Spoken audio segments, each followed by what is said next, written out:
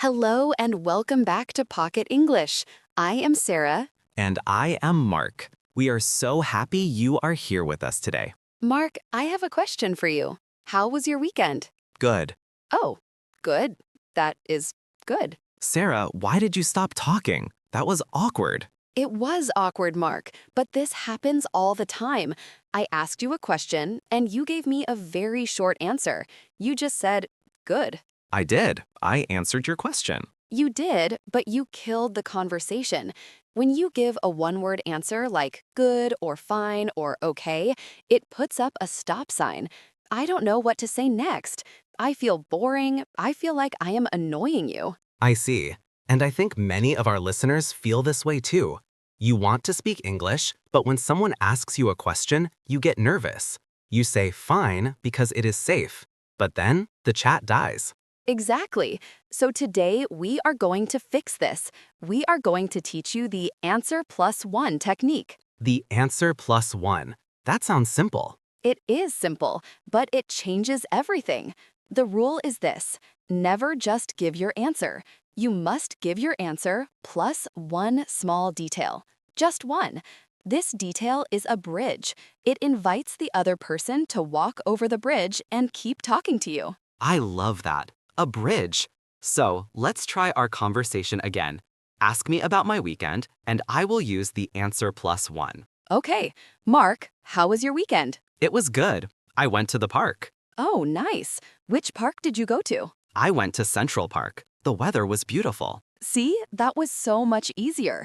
Because you added, I went to the park, I immediately had a new question to ask you. And I didn't have to say a long, complicated speech. I just added one small sentence. Before we look at 3 ways to use this, please take a second to click the subscribe button. If you want to stop killing conversations and start making friends in English, this channel is for you. Okay, Sarah, let's practice. What is the first situation? The first situation is the most common one, the weekend, or talking about the past. This happens every Monday morning. Yes, you walk into work or school, and everyone asks, how was your weekend? And usually our listeners panic. They forget the past tense verbs, so they just say, good. Let's build a pattern for this. The answer plus one pattern for the past is adjective plus past action. Right. First, give the adjective. It was good, or it was relaxing, or it was busy. Then tell us one thing you did. For example, it was relaxing. I read a book. Or, it was busy. I cleaned my house. Or, it was fun. I saw a movie. Notice the verbs: read, cleaned, saw. You only need one past verb to make this work. Mark, tell us a story about a bad weekend using this pattern. Okay, it was terrible. I lost my phone. Oh no, that is a great conversation starter actually. If you say that, I will definitely ask, how did you lose it? Exactly. Now, listener, I want you to try. I will ask you, how was your weekend? I want you to answer, say, it was good, and then add one thing you did. Did you sleep? Did you cook? Did you study? Ready? How was your weekend? Good job. Did you add the detail?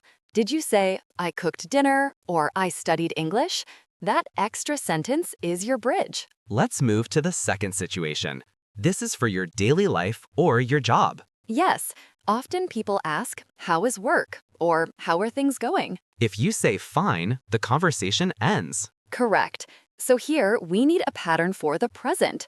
We often use the present continuous tense.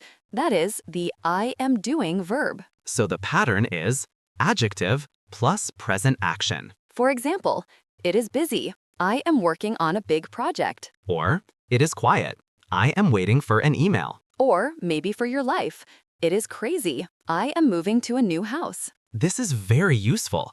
You describe the situation with an adjective like busy or crazy, and then you explain why with I am doing something. Let's practice this one. Mark, how is your week going? It is great. I am learning to play the guitar. Wow, the guitar. See, listeners, I want to ask him more questions instantly. Mark, let's give the listeners a turn. Okay, imagine you are at work or school. Someone asks you, how is everything? I want you to say it is busy, and then say what you are doing. Are you studying? Are you working on a report? Ready? How is everything going? Excellent. It is busy. I am studying for an exam. Now we have one more situation. This one is about feelings. Yes. Sometimes people ask, how are you? And you are not fine. Maybe you are tired. Maybe you are excited. If I say, I am tired, that is okay, but it is a little bit negative. It stops the chat. Right. If you are tired, people might just say, oh, sorry, and walk away. You need to explain why. So the pattern here is, I am feeling because reason. For example, I am tired because I went to bed late. Or, I am excited because my friend is visiting. Or, I am hungry because I missed breakfast. This makes you sound very human. It shares a little piece of your life. It makes people feel closer to you. Let's try it. Sarah, how are you today? I am happy because the sun is shining. That is a lovely answer. It makes me want to talk about the weather. Now you try, listener. I will ask how you are. I want you to choose a feeling. Happy, tired, excited, and tell me why using because. Ready? How are you today? Did you say because? Good. That explains your feeling and keeps the door open. So we have 3 patterns: past action for the weekend, present action for work, and because for feelings. But Sarah, what happens after I give my answer +1? That is a great question. You answer, you add your detail, and then you stop? No, you have to pass the ball back. Conversation is like a game of tennis. You hit the ball over the net, and now you have to wait for them to hit it back. But sometimes, to be polite, you should hit the ball back to them immediately. The easiest way to do this is with 3 little words. How about you? Oh, I use that all the time. How about you or and you? Let's put it all together. Imagine the full conversation. Okay, Sarah, how was your weekend? It was good. I went to the beach. How about you? It was nice. I stayed home and relaxed. Perfect. You see, I answered, I added a detail about the beach, and then I asked, how about you? This makes the conversation flow perfectly. It feels very natural. It does not feel like a textbook. Exactly. And that is our goal here at Pocket English. We want you to sound like a real person, not a robot. So here is your challenge for today. The next time you see a friend or a colleague, or even when you send a text message, do not just answer the question. Use the answer +1. Add that small detail. Tell them you went to the park. Tell them you are working on a project.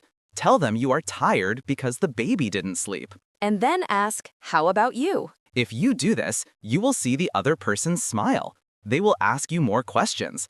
And suddenly, you are having a real conversation in English. We hope this little pocket lesson helps you feel more confident today. If you liked this episode, please tap the like button so we know to make more lessons like this. And let us know in the comments, how was your weekend?